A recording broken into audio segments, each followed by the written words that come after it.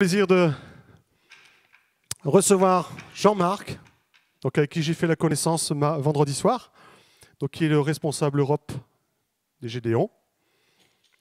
Mais de toute façon, je vais te laisser te présenter, tu le feras beaucoup mieux que moi, je pense.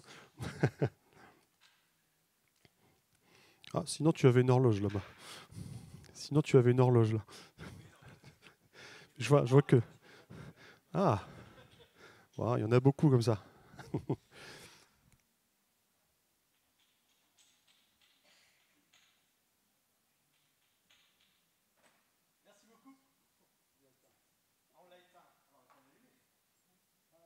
Ça va? Oui, impeccable, on m'entend. Bien, bonjour à tous, je suis vraiment enchanté, mon épouse et moi-même, Francesca, ainsi que Edith et que Jacques, qui avant de déménager dans la région de Compiègne, ont été membres de votre communauté. Donc ils ont reconnu ce matin plusieurs visages. Moi-même, même si je ne suis pas de la région, puisque je suis de Dunkerque, alors c'est loin Dunkerque, hein, mais j'ai reconnu quand même quelques visages que je connaissais et ça a été un plaisir de les revoir tout à nouveau. Alors, je vais vous demander de lancer le... Alors, ce matin, je suis vraiment content parce que je vous apporte non seulement les salutations de mon groupe Gédéon, qui est le groupe de Saint-Quentin, mais aussi toutes les salutations des frères et des sœurs du groupe de Lens, hein, qui couvrent un peu votre région ici. Vous les connaissez, vous les recevez régulièrement. Mais par-delà, je vais vous apporter toutes les salutations de tous les frères et les sœurs de France, dont certains étaient réunis pour notre conférence nationale que nous n'avions pas pu avoir à cause du Covid. Et c'est exceptionnel, tous les ans nous en avons une.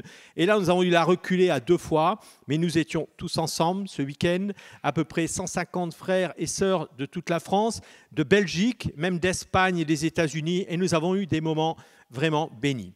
Alors, ce matin, je remercie notre frère de nous laisser la parole et je vais vous parler de ce que Dieu fait à travers ce ministère, cette œuvre de mission qu'est le ministère des Gédéons, mais aussi aller plus loin en vous apportant quelque chose de la part du Seigneur, une exhortation, quelque chose qui est cher à mon cœur et que je souhaite vraiment partager avec chacun d'entre vous. Alors vous voyez là sur cette diapo, il n'y a rien si ce n'est qu'un bâton de relais. Vous savez comment c'est un bâton de relais? Une course de relais, c'est plusieurs personnes. Il y en a un qui fait une partie et il passe le relais à l'autre pour l'autre partie. Et alors, c'est une autre personne encore qui va le prendre. Et à la fin, c'est le dernier relais qui va être vainqueur ou pas. Hein, c'est ainsi. Et ça montre bien ce qu'est le ministère Gédéon à mes yeux. Nous sommes là pour travailler ensemble. Nous faisons partie d'une chaîne. Et pour amener une âme à Christ, il y a parfois de nombreux maillons qui vont être utilisés et qui vont être pratiquement dirigés par le Saint-Esprit pour amener une âme à Christ. Alors, laissez-moi vous laisser ce verset d'abord sur le cœur que je voudrais vraiment que vous reteniez comme un leitmotiv. Et ce verset, si je l'allume, c'est bon. Normalement, ça devrait partir. Alors, on va faire un truc, on va faire une télécommande manuelle. Ça, c'est en avance. Voilà. Merci. Vous connaissez tous ce verset d'Actes 1 chapitre 8, on parle souvent d'acte 2, hein, mais acte 1, c'est aussi la parole de Dieu. Vous recevrez une puissance, le Saint-Esprit survenant sur vous, et vous serez mes témoins. Voilà le but, vous serez mes témoins à Jérusalem, dans toute la Judée, dans la Samarie et jusqu'aux extrémités de la terre. Peut-être que vous n'allez pas aux extrémités de la terre. Tant mieux pour vous, les voyages, c'est fatigant, je peux vous dire. Mais en tout cas, à travers les missions que vous pouvez soutenir, vous touchez les extrémités de la terre. Et ce matin, je vais vous inviter à voyager et aller voir quelques événements, quelque chose extraordinaire qui ont pu se produire et pour lesquels vous avez été une part. Je voudrais commencer par ce premier témoignage. Alors vous connaissez tous ce verset de la parole de Dieu où il est écrit dans Romains au chapitre 10 et au verset 20, « J'ai été trouvé par ceux qui ne me cherchaient pas, je me suis manifesté à ceux qui ne me demandaient pas, qui ne me cherchaient pas. » Il est question de George Dacrona Vungulipi. Alors, ce n'est pas un Français, comme vous l'avez vu. Il vit même en Afrique, et en Afrique, dans un pays anglophone, en Angola. Nous sommes avant la chute du rideau de fer. Alors, souvenez-vous, pour les plus anciens, à cette époque, le danger, c'était quoi? C'était le communisme, partout dans le monde. Et il y avait des conflits, et l'Afrique était le terrain de jeu, je dirais, favori de toutes ces puissances qui s'affrontaient. Et un peu comme partout, il y avait des conflits, des révolutions sous-jacentes. Et c'était une période extrêmement troublée. C'est encore une période troublée en Afrique. Et à cette époque-là, eh bien, George, qui était un jeune garçon, nous raconte qu'à l'âge de 9 ans déjà, alors qu'il avait quitté sa maison et qu'il vivait dans les rues, eh bien, il avait été enrôlé comme enfant soldat. Il était particulièrement doué dès l'âge de 10 ans, avec toutes ces armes redoutables que les Russes transmettaient à la guérilla révolutionnaire en Angola. Et alors qu'il grandissait, il a été repéré par des cadres. Ah, on va essayer avec celle-là, merci. Alors qu'il était là dans ce pays, il a été repéré par des cadres communistes et ils se sont dit, il y a de l'avenir dans ce garçon, nous allons l'envoyer en formation pendant 2 ans à Cuba. Et là, on l'a endoctriné, on l'a formaté. Vous imaginez, quand ce garçon est revenu dans son pays, c'était devenu une bête de guerre. Hein, et il ne connaissait qu'un seul but, répandre le communisme. Il était très connu dans le pays parce qu'il avait peur de rien, il n'avait pas froid aux yeux, et surtout, il était connu pour être l'exécuteur des basses œuvres du parti. À chaque fois que quelqu'un était condamné à mort, c'était lui qui l'exécutait. Et tout particulièrement les chrétiens, et tout particulièrement les pasteurs qu'il y avait dans cette région, et ils étaient nombreux. Et Georges était l'homme qui les mettait à mort, qui les exécutait, qui les faisait passer à la mitrailleuse et qui les éliminait. Un jour, alors qu'il allait exécuter un pasteur qui avait été condamné à mort par le parti et par les révolutionnaires, cet homme, eh bien, l'a surpris. Parce qu'il s'est dit, j'ai tué beaucoup de chrétiens, mais celui-là, il n'est pas pareil. Il est joyeux. Il y a quelque chose sur son visage qui rayonne. Il savait que cet homme allait rencontrer son sauveur, qu'il était au bout de la course qu'il avait accomplie. Et là, alors qu'il le voyait, qu'il était quand même impressionné, ce pasteur s'est adressé à lui, il a dit « Est-ce que je peux te demander une faveur ?» On ne rejette pas une faveur à un condamné à mort. Il a dit « Oui, qu'est-ce que tu veux ?»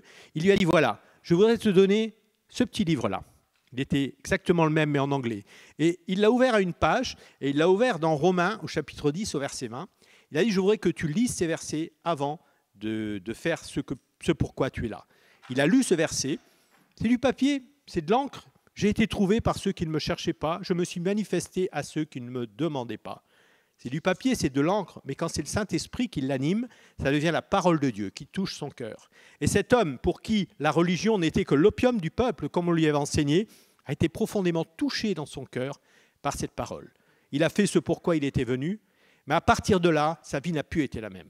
Il a été troublé dans son sommeil. Sa vie était devenue agitée. Cette parole revenait toujours. Et cet homme souriant qu'il avait vu partir de ce monde, là, franchement, il y a quelque chose qui l'a travaillé. Alors, il a continué à grandir dans cette organisation dans laquelle il était, mais de plus en plus tourmenté, il ne trouvait absolument pas la possibilité, une solution pour être délivré de cette angoisse, de cette chose qui revenait toujours dans ses rêves, dans ses pensées. Un jour, il est retourné chez sa mère et dans la maison de sa maman, il a trouvé une vieille Bible. Et là, il a commencé à lire la Bible. Il avait gardé ce Nouveau Testament. Il a vu que c'était la même chose. Et là, il s'est dit, il faut que j'aille dans une église. Alors, le dimanche suivant, il s'est présenté dans une église comme la vôtre. Bon, on m'a ouvert la porte à l'entrée, merci. Lui, on ne lui a pas ouvert la porte. Hein. Quand on l'a vu arriver, on lui a dit, dehors, fuis cet endroit. Tu as tué tant de pasteurs autour de nous. Tu n'as aucune place ici. Dégage. Il est reparti. Vous imaginez son désarroi, alors qu'il cherchait Dieu. Alors, c'était quelqu'un de têtu, de ferme. Alors, il s'est dit, je vais revenir la semaine prochaine. Mais il a été un peu plus malin. Il s'est dit, je ne vais pas venir à 10 heures. Je vais attendre que la louange ait commencé et puis que le culte soit bien entamé. Il n'y aura plus personne à l'entrée et je vais me glisser. Et c'est ce qu'il a fait. Il s'est glissé, personne ne l'a vu, il s'est mis au fond. Le pasteur a commencé sa prédication. Il a ouvert la Bible. Vous savez où il l'a ouvert? Romains, chapitre 10, verset 20. Et là, cet homme a été saisi. Il a dit, mais c'est pas possible, quoi. Il ne me connaît pas, ils ne savent même pas que je suis là. Et là, il a vraiment senti cette présence de Dieu qui lui a parlé, et il a vraiment senti comme une main qui lui disait, maintenant, il s'est souvenu de cet homme qu'il avait tué. Je vais te présenter à celui qui veut et qui te cherche. Et avant même qu'il comprenne, à la fin du message, il était devant, là, à genoux, et il acceptait le Seigneur. Sa vie a été complètement transformée. Et cet homme qui était un militaire, il n'avait jamais fait que ça, a complètement changé de vie.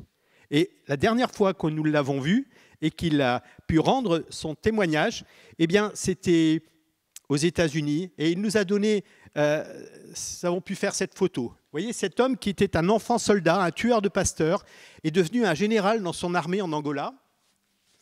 Et là, il était en tant que Gédéon, parce qu'il est devenu membre de l'association, eh bien, il distribue à chacun de ses soldats un Nouveau Testament. Je peux vous dire qu'il n'y en a aucun qui le refusait. Aujourd'hui, il est avec le Seigneur. Il a combattu contre les djihadistes et il y a quelques années, il a été tué. Mais il est avec son Seigneur et c'est ça qui est vraiment important. Alors, qui sont les Gédéons ? Alors, je ne vais pas vous faire un résumé de tout l'historique de l'association. Je tiens à votre disposition à la fin, et mes amis sont là, un petit feuillet, un petit flyer qui vous dira qui sont les Gédéons, mais pratiquement, pour résumer. Je vais vous donner cette définition qu'un pasteur a donnée au Canada et j'aime beaucoup. C'est un petit commando, un commando de choc, toujours prêt à l'action, qui s'est allié le zèle à l'initiative pour rencontrer les hommes là où ils se trouvent au lieu de déplorer qu'ils soient ailleurs. Alors ça, c'est une bonne définition. Ce sont des frères et des sœurs qui travaillent ensemble, en couple, et qui n'ont qu'un seul but, gagner des âmes à Christ. Alors, pour ce faire, ils ont plusieurs moyens. Et le premier moyen, c'est qu'ils s'associent ensemble pour servir. Ensuite, ils s'engagent personnellement, selon leurs possibilités, leur emploi du temps, dans des activités qu'ils ont peut-être plus à cœur dans le cadre du ministère. Et surtout, comme chacun d'entre nous, ils apprennent à témoigner personnellement. Et c'est vraiment une activité qui est importante et c'est quelque chose qui n'est pas réservé aux Gédéons. Vous savez, je dis souvent, quand vous allez donner à traiter à l'évangile de Jean, un Nouveau Testament, une Bible peut-être à quelqu'un, ce n'est pas parce qu'il y a une insigne Gédéon dessus que ça va fonctionner. C'est parce que c'est la parole de Dieu et c'est parce que le Saint-Esprit qui vous conduit va diriger ces personnes sur un verset et que là, ils vont être touchés. Alors, quelques chiffres rapidement. Eh bien, si on vous montre alors la définition, je vous l'ai donnée, quelques chiffres. Voyons un peu un planisphère. Si on voit un planisphère, vous allez voir là tous les pays qui sont colorés. Alors, il y a même une petite erreur encore, puisque là-bas, tout en haut, alors le pointeur est où ? Il est au milieu. Ici, tout en haut, c'est le Groenland, et nous avons des Gédéons au Groenland. Nous avons un groupe à Nuuk, qui est la capitale du Groenland.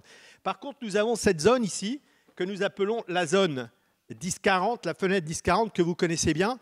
Et là, cette zone, c'est une zone très, très difficile. On parle notamment du nord de l'Afrique, on parle du Moyen-Orient, où cependant, il y a beaucoup de chrétiens. J'ai eu le Moyen-Orient sous ma responsabilité il y a quelques années.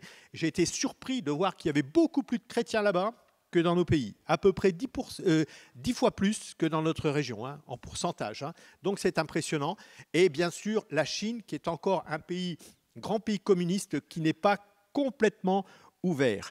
Alors, vous voyez, à travers tout cela, on peut dire vraiment que c'est à peu près 230 000 membres qui placent et qui distribuent la parole de Dieu, qui témoignent, qui s'associent pour servir dans ces quelques 200 pays, dans plus de 109 langues aujourd'hui, et qui essaient partout, malgré les difficultés, le Covid, l'opposition politique, administrative, à témoigner du Seigneur Jésus. Pour faire court, on peut dire que c'est à peu près entre 2 et 3 personnes qui, chaque seconde, sont en contact de manière tout à fait nouvelle avec un exemplaire de la parole de Dieu. Voilà ce qui résume le mieux ce que peut faire l'association. Alors qu'ils sont, eh bien, ce sont des protestants ou des évangéliques de toutes les dénominations qui ont un dénominateur commun. Ils ont accepté le Seigneur comme leur sauveur personnel par leurs activités professionnelles. Ils ont l'habitude des responsabilités, ils sont donc plus à même de rentrer en contact avec des directeurs d'hôpitaux, de l'administration, des directeurs d'hôtels, parce que ce sont des commerciaux, et ils sont plus à même de permettre que les portes s'ouvrent. Mais nous rencontrons beaucoup de frères et de sœurs d'origines différentes, et c'est toujours une joie. Et c'est surtout des frères et des sœurs qui vont là où une église seule ne peut pas aller, Aujourd'hui, ce n'est plus possible pour nous d'aller dans les prisons en France. Beaucoup de portes se sont fermées pour nous actuellement pour le ministère. Mais Dieu en a ouvert d'autres, hein, rassurez-vous. Quand Dieu ferme une porte, il ouvre toujours une autre porte. Mais je me souviens très bien que nous avons toujours une grande prison à Longuenesse, à côté de Saint-Omer, à côté de mon église, et personne de l'église pouvait aller à Longuenesse. Mais moi, je pouvais y aller tous les ans. Prison de Dunkerque, c'est pareil. Vous savez, quand vous visitez la prison de Béthune, je me souviens, au petit matin, à 9h, vous rentrez lundi matin dans cette prison, hein, qui date avant l'ère révolutionnaire en France, hein, donc on est au XVIIe, XVIIIe siècle à peu près. Vous rentrez dans ces cellules prévues pour une personne, il y a 3 personnes qui dorment, il n'y a pas de VMC, je ne dis pas l'odeur là-dedans, vous voyez, c'est un peu... Et ça, c'est des endroits où quand vous arrivez et que vous offrez un Nouveau Testament, vous touchez les gens en direct. Et quand vous trouvez une petite bouteille de Coca-Cola ouverte et puis pliée avec un fil de fer accroché sur le bord du lit, dans lequel il y a déjà un Nouveau Testament qui avait été offert l'année d'avant et qui est lu régulièrement, vous vous dites, notre travail n'est pas vain dans le Seigneur. Mais nous allons vraiment dans des endroits... Je peux vous dire des fois, pas possible. Hein. Alors, vous voyez ici, vous êtes dans la région parisienne, c'est pas très compliqué. Ici, vous êtes en Amérique du Sud. Ça, c'est une prison en Amérique du Sud. Ici, vous avez la police, hein, en Colombie. J'ai eu l'occasion de voyager en Colombie. Je peux vous dire que la police est partout. C'est le 8e pays le plus dangereux au monde. Et c'est vraiment très délicat de voyager. Vous voyez aussi ces visages d'enfants. Vous voyez, alors, il s'est parti en automatique. Ici, vous voyez cette jeune fille au Sri Lanka. Vous voyez, la joie, elle n'est pas, c'est pas un figurant, hein, c'est vraiment quelqu'un qui a été pris en photo. Mais vous voyez aussi en Chine ici, cette grande église remplie de femmes, où vous voyez absolument tout ça se passer. Vous voyez aussi cet homme-là qui aide à distribuer. Partout nous essayons de témoigner et d'apporter l'évangile, la bonne nouvelle à ceux qui n'ont pas accès. Laissez-moi vous parler de Zora. J'espère que ce n'est pas en automatique, là. On l'arrête surtout à cette photo-là. Alors Zora, c'est qui ? Ben Zora, elle est de Condé-sur-Escaut. Ah, ça, c'est pas le bout du monde, Condé-sur-Escaut. On connaît, c'est pas loin de Saint-Amand.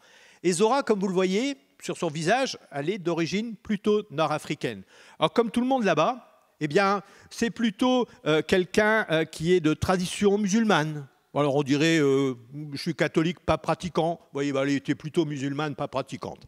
Mais quand même, c'était dans la famille et c'était dans la tradition. Alors, un jour, Zora, qui est une adolescente, passe par un cabinet médical. Elle avait un médecin à voir. Et là, dans ce cabinet médical, eh bien, elle voit un Nouveau Testament blanc comme celui-ci. Alors ça, c'est une couleur que l'on adapte aux vêtements du personnel médical pour qu'ils collent avec leur uniforme, en quelque sorte. Et là, probablement que la secrétaire avait vu qu'il n'y avait plus de Nouveau Testament sur la table de lecture et elle avait mis celui-là. Alors, pour la première fois, Zora a vu ce Nouveau Testament. Elle a vu qu'il n'y avait personne. Elle l'a pris et elle l'a emporté. Et pour la première fois, elle a commencé à lire l'Évangile parce qu'elle ne l'avait jamais vu. Qui a lu la Bible autour de chez vous ? Parmi vos voisins, dans votre immeuble peut-être ou dans votre rue. Peu de personnes ont la Bible ou l'ont lue. Alors elle a commencé à la lire et elle a vraiment été touchée par le Seigneur. Et vous savez, à la fin de nos Nouveaux Testaments, nous avons ce que nous appelons le mode d'emploi, le GPS en anglais, puisque GPS, c'est le plan du salut en anglais. Et il y a le plan du salut. Quelqu'un qui est seul avec un Nouveau Testament comme celui-là peut être conduit à Christ avec des versets qui vous montrent que nous sommes pécheurs, que Christ a payé pour nous, etc. Et il y a une proposition d'engagement. Oh, c'est du papier, on signe, mais c'est comme une main qui se lève dans une église, vous savez, c'est une décision que l'on prend. Et elle a été touchée, elle a pris cette décision et elle a écrit son nom. Et puis après, elle s'est dit, je viens de faire une grosse bêtise. Parce que jusqu'à présent, je n'avais pas trop de problèmes avec ma famille. Mais maintenant, je vais avoir des problèmes. Parce qu'on ne change pas de religion dans ma famille. Alors, elle a eu peur. On peut la comprendre. Qu'est-ce qu'elle a fait ? Alors, je ne vais pas faire de pub, hein, mais vous savez, avant qu'on ait des ordinateurs où on pouvait passer, eh bien, on écrivait à la main et puis on mettait ce qu'on appelle du blanco. Vous voyez, ce petit pot blanc là, avec une espèce de peinture, vous connaissez. Alors, elle a été chercher du blanco dans son bureau et puis elle a passé tout ça au blanco. Son nom était effacé. Puis après quelques minutes, ouf, l'écriture est passée à travers le blanco. J'ai dit, mais qu'est-ce que c'est que ce truc-là ? Mon pot, il ne doit plus être bon. Elle l'a pris, elle a été en chercher un nouveau, elle a repassé le pot au-dessus, et puis après quelques minutes, son nom est ressorti à nouveau. Et là, elle s'est rendue compte, et le Saint-Esprit lui a parlé. Il lui a dit, moi, je veillerai sur toi. Pourquoi as-tu peur ? Tu as pris une décision, maintenant je m'occupe de toi. Et ce Nouveau Testament que vous voyez là, eh bien, on va revenir. Eh bien, ce Nouveau Testament vraiment a réconforté Zora. Et Zora, elle a automatiquement rejoint une église conduite par le Saint-Esprit. Souvent, on nous dit, mais ils font comment? Je ne sais pas, mais le Seigneur les conduit. Il les a amenés à la croix. Il est bien capable de les amener un peu plus loin. Et là, eh bien, elle a rejoint une église, et c'est dans l'église de Condé-sur-Escaut que nous l'avons rencontrée et qu'elle nous a donné ce témoignage. Alors, on va rester sur cette dia-là. Moi, j'aime beaucoup ce verset. Vous savez, on parle beaucoup du Saint-Esprit dans nos églises aujourd'hui. Partout, je parle en général. Et quand on parle du Saint-Esprit, c'est rarement sous cet aspect-là. On parle du Saint-Esprit pour être visité. C'est bien d'être visité, Saint-Esprit. Merci pour tous ces musiciens qui nous ont fait passer un merveilleux moment dans la présence du Seigneur et nous en avons besoin. Mais avons-nous besoin du Saint-Esprit uniquement le dimanche matin, entre 10h et 11h? Je ne pense pas. Le Seigneur n'a pas dit ça. Il a dit, vous recevrez, surviendra sur vous. On va être surpris, ça va nous saisir. Et vous avez tous, je pense, un jour fait cette expérience. Et vous serez mes témoins. Voilà le but, être des témoins. Et là, à Jérusalem, dans toute la Judée, dans la Samarie, et jusqu'aux extrémités de la terre. Ah, vous savez, mon pasteur, c'est un comique qui est toujours occupé de faire des blagues. Mais il est sérieux des fois. Et il a l'habitude de nous dire ceci. Il n'y a pas de bergers trop dans notre région. Mais il dit, j'ai déjà vu des bergers avec des troupeaux. Et vous savez qui fait les agneaux? Eh bien, ce n'est pas le berger, c'est les brebis. Comprenez le message. Si vous attendez que le pasteur ou l'évangéliste du coin fasse le boulot à votre place, vous n'avez pas compris. Nous sommes là pour enfanter et pour amener à Christ d'autres personnes. Qui vous a amené à Christ? Quelqu'un vous a parlé. 9 personnes sur 10, en règle générale, viennent dans une église et se donnent au Seigneur parce que quelqu'un leur a parlé, parce qu'ils ont vu quelqu'un vivre une foi véritable, une vie différente. Et comment pouvons-nous vivre une vie différente? Comment pouvez-vous être cette personne que j'ai rencontrée un jour, alors que j'avais fait une expérience également dans la politique, j'avais fait de l'encadrement au niveau militaire, j'avais rencontré un tas de personnes dans ma vie, des milliers de personnes. Je n'avais jamais vu quelqu'un comme lui. La première fois que j'ai vu cette personne qui m'a témoigné, j'ai dit ça, c'est quelqu'un qui se drogue. Effectivement, il s'était drogué, mais il était délivré de cela. J'ai dit demain, il va être comme les drogués, quoi. Il ne va pas être net. Le lendemain, il était tout à fait net. Ça, c'est bizarre. Alors, je n'ai jamais vu un gars comme ça. Et j'ai cherché, je voyais bien qu'il était joyeux, toujours avec sa guitare. Il lisait toujours un espèce de bouquin. Il mettait du stabilo partout, c'était sa Bible. Et puis, il me paraissait bizarre, ce gars-là. Mais je travaillais avec lui pendant 6 mois. Et un jour, il m'a parlé. Un jour, il a dit, est-ce que tu as le temps 2 minutes que je te dise quelque chose? Il était dans ma voiture, j'étais seul. Mes parents m'avaient mis dehors, je vivais dans un appartement, j'avais plus personne, j'étais vraiment seul. C'était un moment de ma vie vraiment où j'avais besoin de rencontrer le Seigneur. Et là, lui, il est venu pile au moment où j'avais besoin. Et il m'a dit, voilà ce qui m'est arrivé. Et là, pour la première fois, j'ai entendu cette petite voix qui m'a dit, maintenant tu te tais et tu l'écoutes. Qu'est-ce que c'est que cette voix? Et là, je l'ai écouté. C'est parce qu'il était un véritable témoin. Il a vraiment essayé de m'amener comme il a pu. Mais à chaque fois qu'il me citait la parole de Dieu, sans dire c'est écrit dans la Bible, quelque chose se mettait en surlignage et je pouvais voir vraiment que la parole de Dieu était vivante et qu'elle me parlait directement. Quand il m'a invité à accepter Christ, je n'ai pas pu faire autrement que dire oui. Et vraiment, j'ai dit là, pour la première fois, moi qui venais d'un milieu où il n'y avait que noirceur, malédiction, problème depuis des générations à cause de pratiques occultes qu'il y avait eu autrefois dans un autre siècle, eh bien, j'ai vu la lumière. Et je peux vous dire que les témoins, on en a besoin. On a besoin que des gens montrent autour de nous la lumière de Christ. Et vous êtes la lumière de Christ. Ne mettez pas cette lumière sous un seau, mettez-la visible. Elle doit être ressentie. Soyez aussi comme le sel. Le sel, ça pique sur une plaie, ça brûle. Eh bien oui, mais vous savez, quand on voit un chrétien et qu'on vit dans le péché, on est repris. On se dit, oh là, il m'énerve celui-là. Oui, vous voyez, c'est ça. Mais ce sel est nécessaire. Est-ce que vous êtes insipide ou est-ce que vous êtes comme ce sel qui guérit, qui touche, qui bouscule? Le Seigneur veut absolument cela. Laissez-moi vous donner un témoignage d'un frère que j'ai rencontré au Bahreïn. Alors, le Bahreïn, c'est tout en haut du golfe Persique. Et là, il me racontait qu'un jour, il y a beaucoup d'expatriés là-bas. Les chrétiens locaux, ils ne peuvent pas rester, ils doivent partir, parce qu'on est musulmans à vie là-bas. Mais il y a 80% d'expatriés, en gros, qui travaillent. Et là, il y avait un chrétien, Et il était tellement zélé, les gens du coin étaient embêtés. Ils lui disent, écoute, tu vas nous mettre dans les problèmes. Parce que ici, dans ces pays, quand tu parles de Christ et que tu témoignes à un non-chrétien, tu peux être expulsé dans l'heure qui suit. On n'aura même pas le temps d'aller chercher tes bagages. À l'hôtel, tu seras dans un avion et tu repartiras d'où tu viens. Et là, il était parti chez un coiffeur. Alors, il l'amène dans ce grand centre commercial au Bahreïn. Et puis, au bout d'une heure, il n'est toujours pas revenu. Il va aller le voir, il doit y avoir un problème. Évidemment, il est occupé de discuter avec le coiffeur. Et puis, il lui a ouvert un Nouveau Testament, etc. Mais il était conduit par le Saint-Esprit.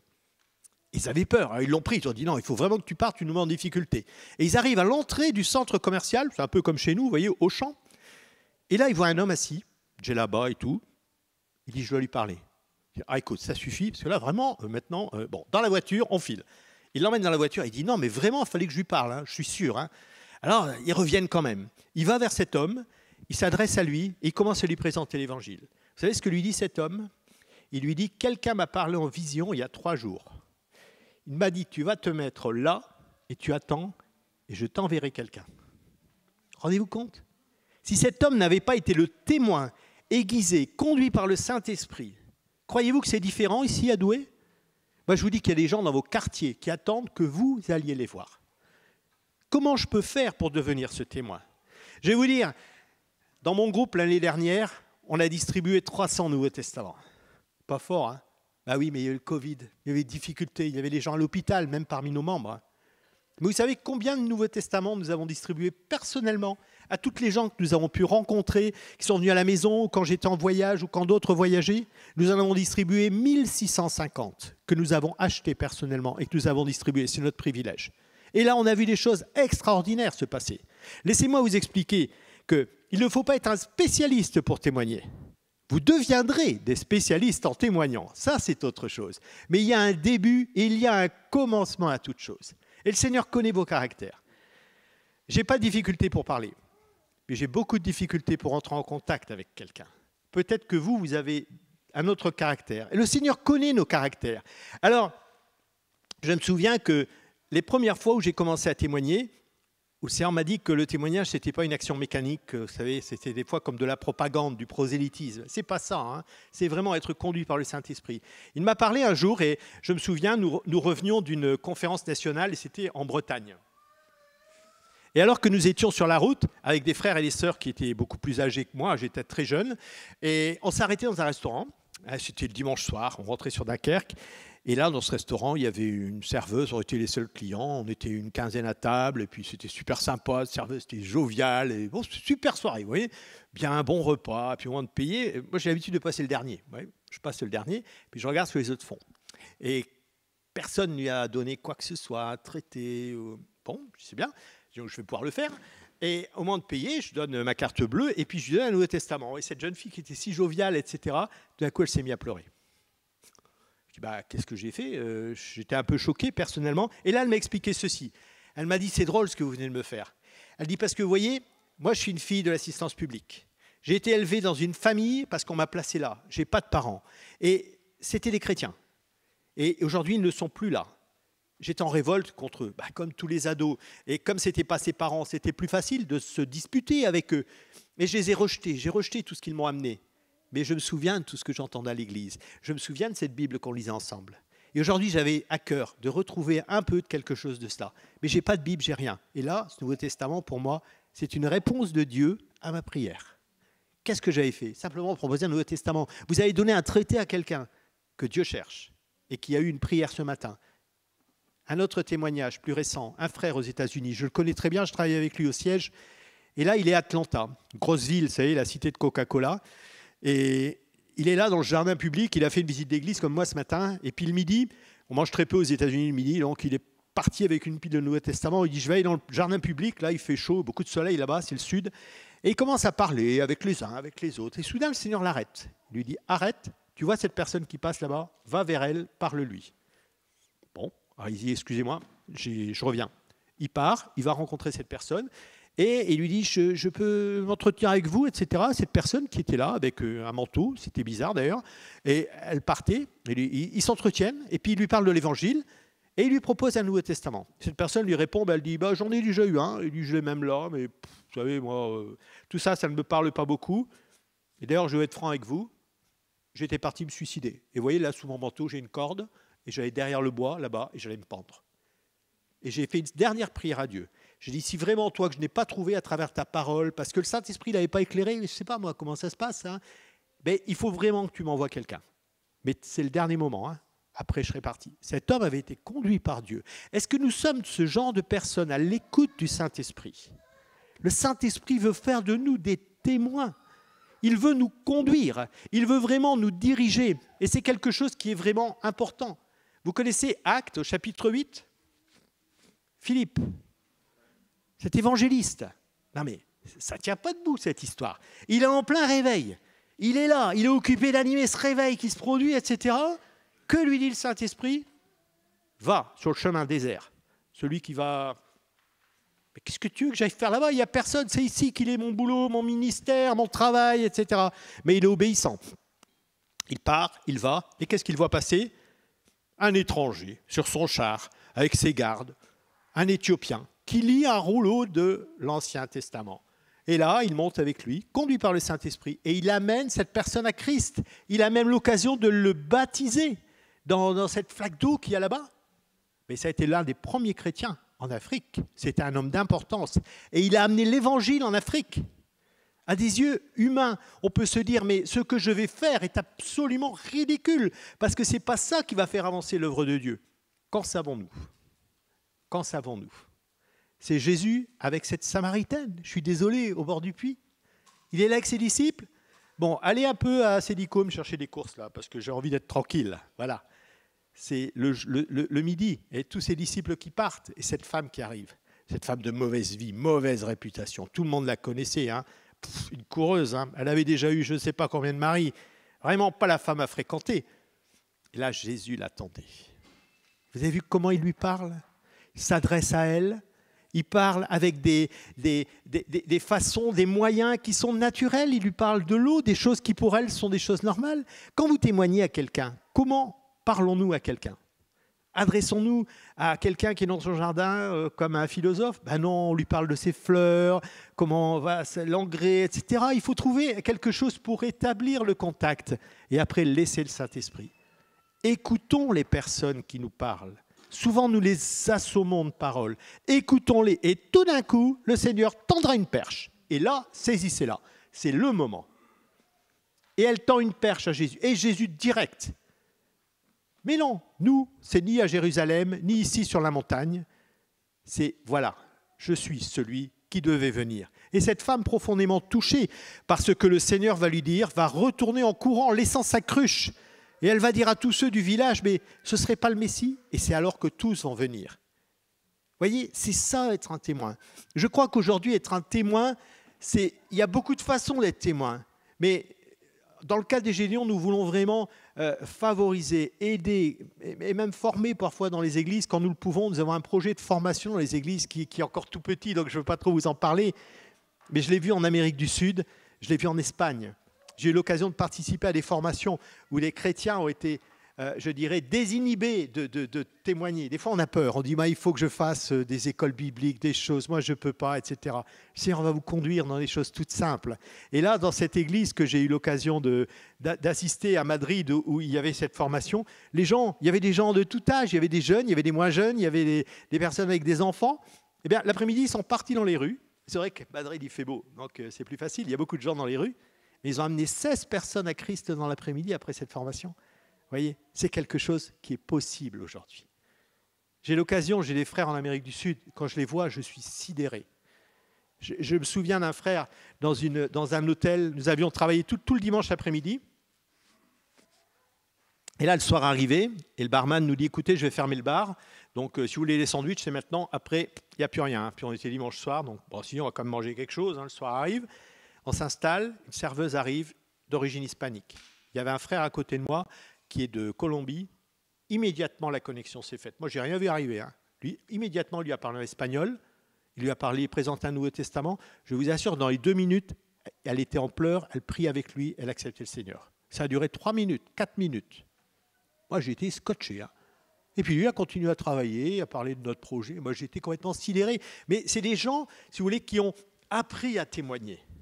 Et quand on apprend à témoigner, on va apprendre à conduire des personnes à Christ. Et là, il y a tout un chemin, il y a quelque chose à faire. Et ce sont des choses extrêmement simples. Et c'est pour ça que le Seigneur veut vraiment nous conduire. Moi le premier, vous ensuite. Allez, une dernière expérience. J'étais dans le sud. Là. Alors, je ne suis pas du matin, moi. Donc, le matin, il me faut plusieurs cafés. Il faut jus d'orange, il faut tout. Puis là, j'étais à Montélimar. En plus, il fait chaud là-bas. Quel pays, hein. Alors, je sors de l'hôtel, je vais jusqu'à la gare pour prendre mon bus qui devait m'amener à la gare de Valence et je vais aller à Lyon. Enfin bref, je vous passe les détails. Puis là, j'arrive, j'étais déjà trempé de sueur. Il n'était même pas 9 heures. Et voilà qu'il y a une petite mémé qui arrive en courant avec sa petite valise. On était deux seuls avec une valise. Et puis, elle était stressée, je ne vous dis pas. Donc, elle me regarde, elle dit, une valise, elle dit, le bus pour Valence, c'est ici. Bah, je dis, écoutez, ouais, je crois. Bon, vous voyez que... pas trop rassurée. Elle va à la gare, elle va à l'accueil, elle cherche avoir confirmation, on lui confirme. Et là, cette petite mémé, elle revient avec un petit prospectus avec les horaires des trains du coin. Elle me dit, je vois que vous n'êtes pas du coin. C'est mon accent, enfin mon absence d'accent qui a dû me faire reconnaître. Et là, elle me dit, mais je vous ai laissé ça. Elle dit, c'est gentil de m'avoir aidé comme ça, mais c'est bien ici. Le bus arrive, on met nos 2 valises dans le fond. Et puis là, moi, c'est comme ça. Hein. Des petites lumières rouges comme sur un tableau de bord. Pouf, il y a une lumière qui s'allume. Je dis, mais bien sûr, j'ai 20 minutes avant l'arrêt du bus pour trouver un Nouveau Testament. J'en ai toujours un dans ma poche, donc je le prépare. Je surgis du bus plus vite que madame, pas difficile, elle était quand même assez âgée. Je vais chercher la valise qui avait glissé au fond du bus, je lui donne, très contente, elle me dit « c'est super, merci monsieur » et tout ça. Je dis « écoutez, vous avez été tellement gentil avec moi, avec ces horaires de bus, même si je suis sur Internet avec ma tablette, mais bon, c'est pas grave, que je vais vous donner un petit cadeau aussi. » Et puis je lui donne un petit Nouveau Testament. Vous croyez que c'est compliqué de faire ça? Vous pouvez donner un traité, un évangile, c'est pas compliqué. Mais ce qu'elle m'a répondu, ça m'a stupéfait. Elle m'a dit, je lui dis, et que Dieu vous bénisse. Mais elle dit, que Dieu vous bénisse vous, monsieur. Parce qu'elle dit, mais attends, je vais vous dire pourquoi je suis à Valence. Elle dit, je suis à Valence simplement parce qu'à l'heure actuelle, mon mari est sur le billard et il est occupé de se faire opérer à cœur ouvert. Pour une fois, je ne peux pas aller en voiture avec lui à Valence. J'ai dû prendre le bus, c'est la première fois de ma vie. Et là, il va sortir du bloc à 2 heures. Et cet après-midi, il sera en salle de réveil. Et pendant tout un mois, je vais faire la route tous les jours en bus. Donc, je suis un peu stressé, c'était la première fois. Mais elle dit, les personnes âgées, c'est un peu marrant des fois. Hein. Mais elle me dit, vous savez, le plus gros problème que j'ai avec lui, c'est que cet après-midi, et comme tous les après-midi, moi j'aime bien regarder ma série, les feux de l'amour, tout ça. Mais lui, il n'aime pas du tout. Hein. Elle dit, ça va être un problème. Hein. Elle dit, j'ai trouvé. Hein. On va éteindre la télé, on va lire votre livre.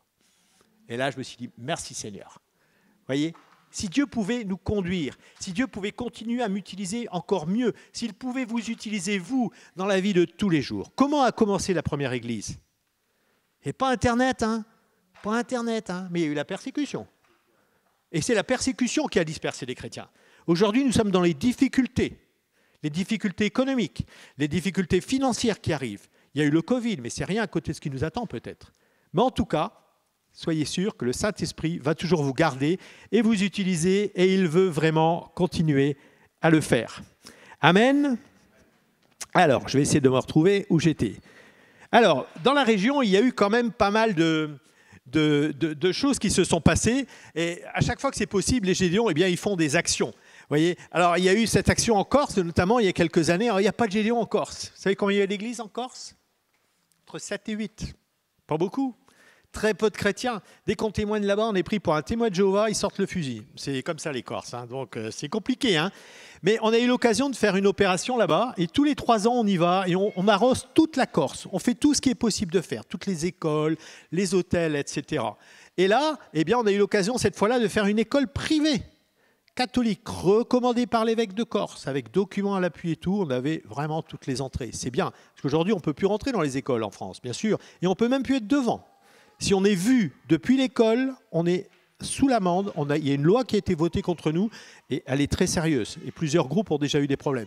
Mais Dieu ouvre et continue d'ouvrir les portes. Alors on a pu faire même cette université ici, hein, dans le centre de la Corse. J'ai oublié le nom. Corté, merci. Et là on a rencontré Roch.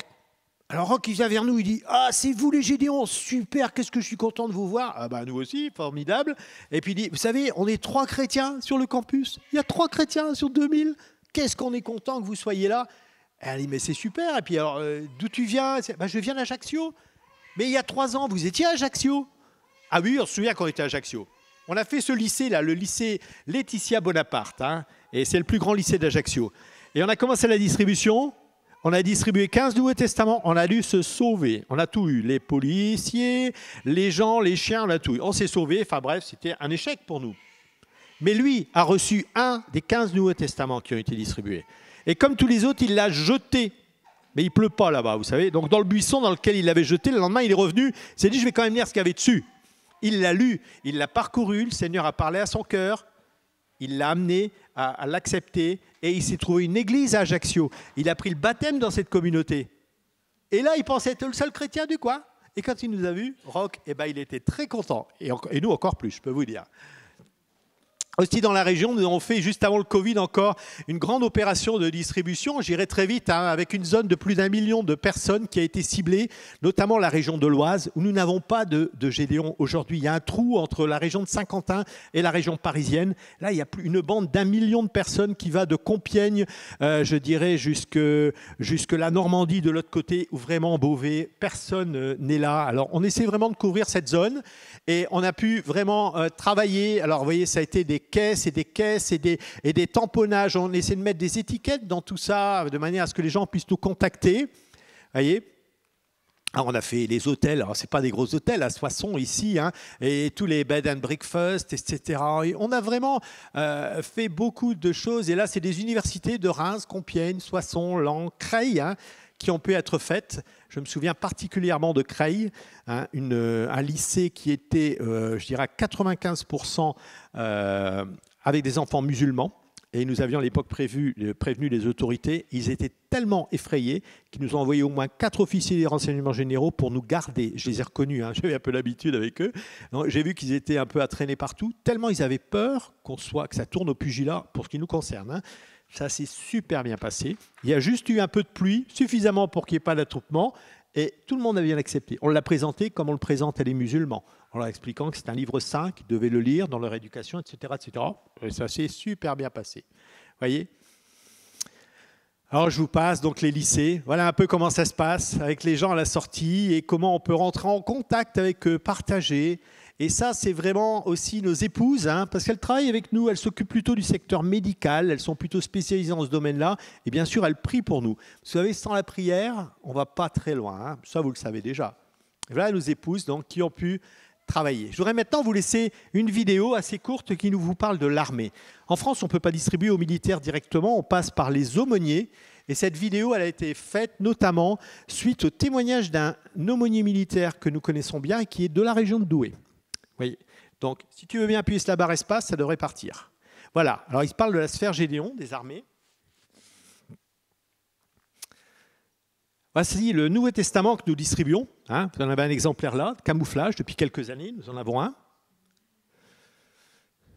Voilà un peu à quoi ça ressemble quand une policière en reçoit un. Et là, c'est Jordan. Jordan, c'est un militaire des forces spéciales françaises qui a reçu. Alors là, on voit le texte à côté.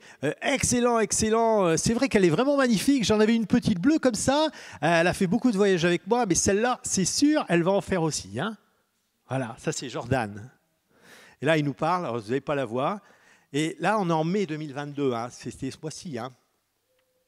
Et voilà Jordan qui nous envoie une photo, alors qu'il est en opération en Estonie à la frontière russe avec des militaires français. Vous voyez, et son Nouveau Testament est là à côté. Aumônier militaire au Mali. Là, on parlait de notre aumônier militaire qui est originaire de Douai, avec lequel nous avons un très bon contact. Le voici, il est là, photographié au Mali, il s'appelle Olivier. Voilà la chapelle hein, qui est la sienne, donc dans ce campement de militaires français. Et ça, c'est après l'attaque qu'ils ont eu au mortier et qui a été assez délicat, difficile. Ils ont été attaqués par un commando pendant la nuit. Et voilà ce qui reste un peu de la chapelle après. Voici même, vous allez voir même un Nouveau Testament, voyez, juste après. Voilà, un Nouveau Testament qui a pris une balle.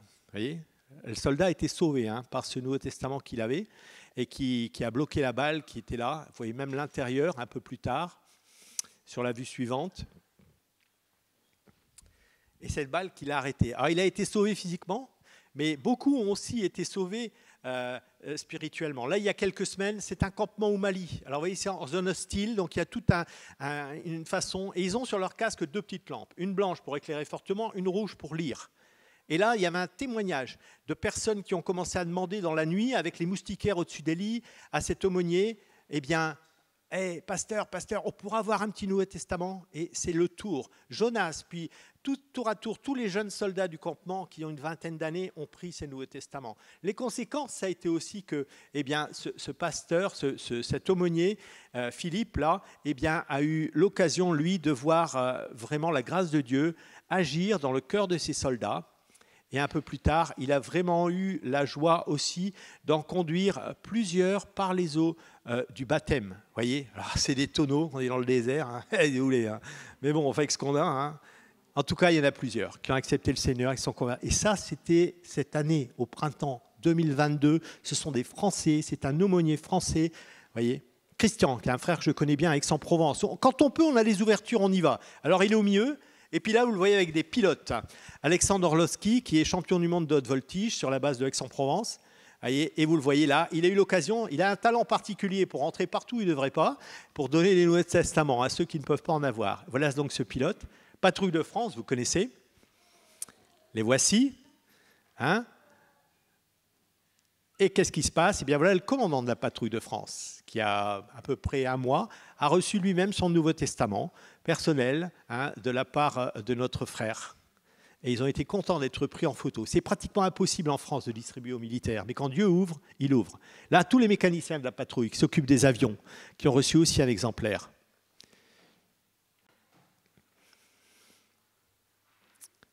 Lille.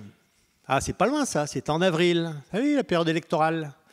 Le chef des armées de l'époque et aujourd'hui aussi, notre président, qui passe là. Il y a Gédéon juste à côté, on voit sa tête à gauche, il fait un petit selfie. Et là, eh bien, il est du groupe de Lille, eh bien, il a eu l'occasion de lui partager un Nouveau Testament, Gédéon, hein, offert personnellement, et qui a été accepté hein, avec joie par notre président. En Ukraine, j'ai des amis, hein, mon collègue s'occupe de l'Ukraine, très délicat la situation là-bas. Là, ce sont des Gédéons locaux qui donnent aux militaires ukrainiens. 850 000 Nouveaux Testaments ont été distribués en quelques semaines aux militaires, aux réfugiés là-bas. Nous avions la chance d'avoir des stocks qui ont été distribués très rapidement en Ukraine. Et vous voyez là des gens qui ont vraiment besoin de la parole de Dieu. Mais aujourd'hui, il en est toujours pareil. À vous d'écrire la suite. Hein, et je trouve que ça, c'est particulièrement adapté et juste. Alors, on va aller voir la photo suivante. Si on peut passer sur la dia suivante. Vous voyez, ça, c'est la demande aujourd'hui. Alors, en Europe de l'Ouest et aux États-Unis, c'est dur. C'est très chaud. On est vraiment sous pression et on est en descente. Les États-Unis, encore beaucoup plus que nous, hein, je peux vous dire. Hein. La décroissance spirituelle aux États-Unis, vous seriez stupéfait du résultat sur le terrain. Hein. C'est très, très fort et ça aura des conséquences pour toute la suite de l'histoire du monde, hein, parce que les pays que soutient aujourd'hui les États-Unis, je pense à Israël notamment, les choses vont changer avec la nouvelle équipe qui arrive et tout ce qui se passe dans le pays, la vague de fond. L'Europe de l'Ouest, nous sommes très touchés. Je m'occupe d'une zone qui va du Groenland jusqu'Israël. Plus on est au nord, plus c'est dur, plus c'est compliqué, plus la foi se glisse vers d'autres terrains. On perd le fondement de la parole de Dieu, on accepte tout un tas de compromis. Ça devient de plus en plus compliqué. Mais aujourd'hui, il y a toujours la demande. Il y a une croissance extraordinaire en Inde. Sachez qu'un demi-million d'écritures sont distribuées chaque mois en Inde. Alors que c'est un pays où les chrétiens sont persécutés et mis à mort. Voyez, en Amérique du Sud aussi, il y a énormément d'ouvertures et en Afrique également. Alors ça, c'est ce que la demande vraiment. Et ça, vous voyez, ce sont des visages de personnes qui sont là pour accepter et pour recevoir la parole de Dieu. Et c'est quelque chose qui, pour nous, est vraiment quelque chose de touchant. Alors avant de terminer, je voudrais vraiment vous remercier pour votre écoute, pour votre accueil et vous dire que le bâton de relais, nous vous le laissons aussi. Parce que nous faisons une part du travail, mais chacun d'entre nous, nous faisons une équipe et vous êtes l'autre part du travail. Si vous ne priez pas pour tous les Nouveaux Testaments qui ont été distribués dans votre région, est-ce que vous pensez, quand vous vous couchez le soir, vous avez votre moment avec le Seigneur, que dans les maisons autour de vous, il y a quelque part des Nouveaux Testaments qui traînent ? Ils sont dans les tiroirs depuis des années, qui dorment. C'est un peu comme une semence qui est là. Vous savez, la semence, tant qu'elle est dans la boîte, elle ne donne rien. Mais quand elle est arrosée, elle germe. C'est quoi l'arrosage? C'est la prière. Et bien sûr, nous prions pour ça. Mais c'est vous qui devez prier pour que toutes ces personnes autour de vous puissent ouvrir ce Nouveau Testament. Alors qu'ils pensent peut-être à d'autres solutions pour leur vie, eh bien, il faut qu'ils l'ouvrent, qu'ils la parcourent. Et là, c'est important. Vous pouvez aussi, et si Dieu vous a parlé aujourd'hui, nous rejoindre. Nous cherchons toujours des membres pour nous rejoindre. Nous sommes plusieurs. Je sais qu'il y a plusieurs membres, anciens membres dans votre église. Vous pouvez vous rapprocher de nous et vous pouvez passer par votre pasteur qui connaît très bien les Gédéons de Lens. Vous pouvez aussi participer en finançant la parole de Dieu. Je vous remercie pour tous les dons que vous avez déjà faits pour la parole de Dieu. J'aurais juste vous donner un exemple, que cela vous parle. Parce que quand on parle d'argent, les choses sont rarement claires. Avec nous, elles sont extrêmement claires. À chaque fois que nous recevons 1 euro, c'est un Nouveau Testament qui sera imprimé aux États-Unis. Les notes sont imprimées aux États-Unis, en Pennsylvanie, qui prendra le camion pour aller jusqu'au port de la côte est des États-Unis, qui arrivera dans un conteneur à Anvers, qui sera transporté dans le port du Havre, qui sera repris alors par un transporteur par camion qui le transmettra dans toutes les régions de France, dans chaque groupe local, à Dunkerque, à Ham, à Saint-Quentin, à Lens, et ce sera un Gédéon qui ira le donner à quelqu'un qui ne connaît pas Jésus. Ça, c'est 1 euro. Et c'est tout compris. Frais de douane et même les quelques membres permanents que nous avons en France seront compris dans ce prix. Absolument 100% sera réservé pour la parole de Dieu. Alors si Dieu vous a parlé, eh bien, vous pouvez aussi nous rejoindre parmi les amis des Gédéons. Alors c'est quelque chose d'un peu nouveau. On vous laissera quelques flyers également. Et pour l'Église, c'est quoi? Eh bien, c'est tout simplement pour ceux qui ont envie d'être un peu plus proches de nous. Vous vous inscrivez, c'est gratuit. Et puis vous allez recevoir, eh bien, tous les 3 mois, une lettre de nouvelles. Alors, nationale, avec des nouvelles nationales, des photos de ce qui se passe en Ukraine, de ce qui se passe en France, de toutes les opérations qui ont eu lieu récemment et pour lesquelles vous aurez peut-être à cœur de prier, mais aussi des nouvelles locales de ce qui s'est peut-être passé à Douai, à Lens, dans la région des Nains-Beaumont et que sais-je. Vous voyez, des nouvelles vraiment précises. C'est absolument gratuit. Je vous recommande de vous inscrire et dès lors, vous aurez accès à des informations privilégiées. Il ne faudra pas toujours inonder tout le monde. Ceux qui sont intéressés, vous pouvez avoir une relation privilégiée avec nous. Et je dirais, ça, c'est vraiment quelque chose d'important. En tout cas, merci pour votre soutien. Vous ne pouvez pas savoir à quel point c'est important. Je voyage beaucoup, surtout en ce moment. Je n'ai plus que 7 week-ends avant le 1er janvier qui sont libres. Vous voyez, pourtant, je fais attention. J'ai une église aussi et je suis responsable dans mon église. Et aujourd'hui, ils savent que je suis ailleurs. Mais j'essaie. Mais le Covid terminé, il y a eu beaucoup de choses à rattraper. Il y avait beaucoup de choses qu'il fallait qu'on aille voir. Il fallait aller voir les gens. Il fallait les encourager. Bon, donc, d'habitude, je voyage moins. Mais à chaque fois qu'on prie pour nous, on est gardé dans nos déplacements. Et je ne peux pas vous dire à quel point on a vu la main de Dieu dans ces déplacements, qui nous a aidés, qui nous a protégés, qui nous a gardés dans des situations absolument inextricables parfois. Pour terminer, je voudrais vous parler de Christine.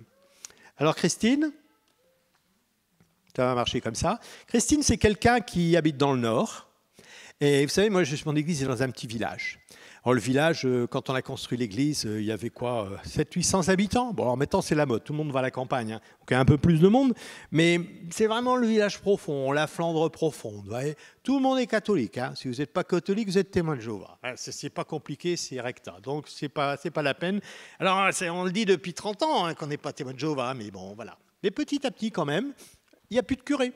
Alors, le pasteur, il fait le curé. Donc, il va voir tous les gens. Puis, voilà, je suis le pasteur, je viens vous rendre visite, etc. Chrétien ou pas, il visite tout le monde. Alors, il commence à être un peu connu quand même. Hein. Et un jour, eh bien, les Gédéons, il n'y avait pas de lycée à Ruminguem. C'est vraiment tout petit. On s'est dit quand même, il faut encourager cette église. Donc, on va aller faire une distribution au collège à côté. On évite les collèges sont un peu plus jeunes.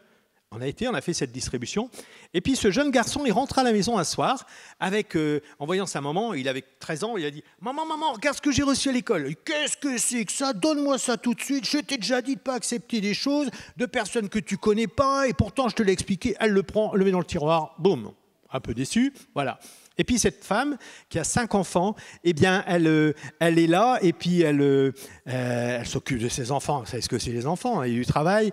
Alors le matin, on les met à l'école et tout. Et puis quand arrive 10 heures, les lits sont faits, c'est à peu près tranquille, elle a un peu plus de calme. Alors elle est revenue et puis elle a ouvert ce tiroir. Et puis elle a commencé à lire ce livre. Hein. Qu'est-ce que c'est qu'on lui a donné ? D'abord, c'était par curiosité. Hein. Et puis, elle a vu que finalement, ce n'était pas subversif. Et puis, il y avait des aides en cas de besoin. Il y avait des explications. Paraissait bien écrit. Donc, elle a commencé à le parcourir. Et elle, qui n'était pas de tradition catholique, elle était plutôt athée, eh bien, elle a commencé à le lire. Et jour après jour, tous les matins à 10 heures, elle ouvrait ce Nouveau Testament. et puis de la curiosité est devenu l'intérêt, et elle a eu soif de lire davantage. Elle a lu tout le Nouveau Testament et tous les psaumes. Ah, pas mal. Elle arrive à la dernière page. La dernière page, c'est « Comment peut-on devenir chrétien ?» Elle s'est dit « C'est pas possible, c'est aussi simple quand même. On me l'aurait dit quand même. » Bah oui, c'est ça. Elle dit « Mais je ne comprends pas, il y a quelque chose qui m'échappe là. » Alors elle avait besoin d'aide. Mais elle n'avait personne. Elle avait que ce livre. Et puis en passant à la boulangerie, elle a vu pour une énième fois une affiche qui annonçait une manifestation à l'église, etc. Elle s'est dit « Ah, mais cet homme-là, j'ai entendu parler de lui, hein, il parle de Dieu, il va dans les maisons, il visite les gens et tout. Peut-être qu'il va pouvoir m'aider. » Alors elle a tapé un jeudi soir à la porte de mon pasteur.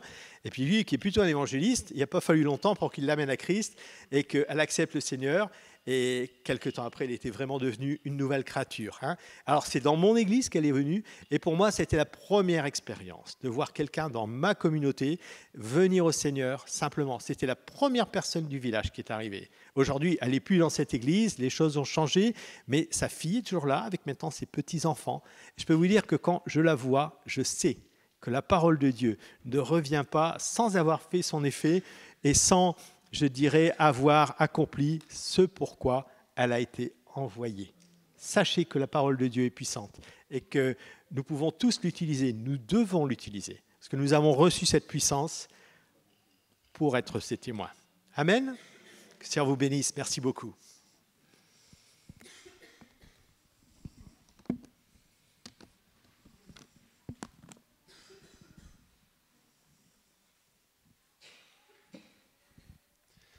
Merci Jean-Marc. C'est intéressant tous ces témoignages.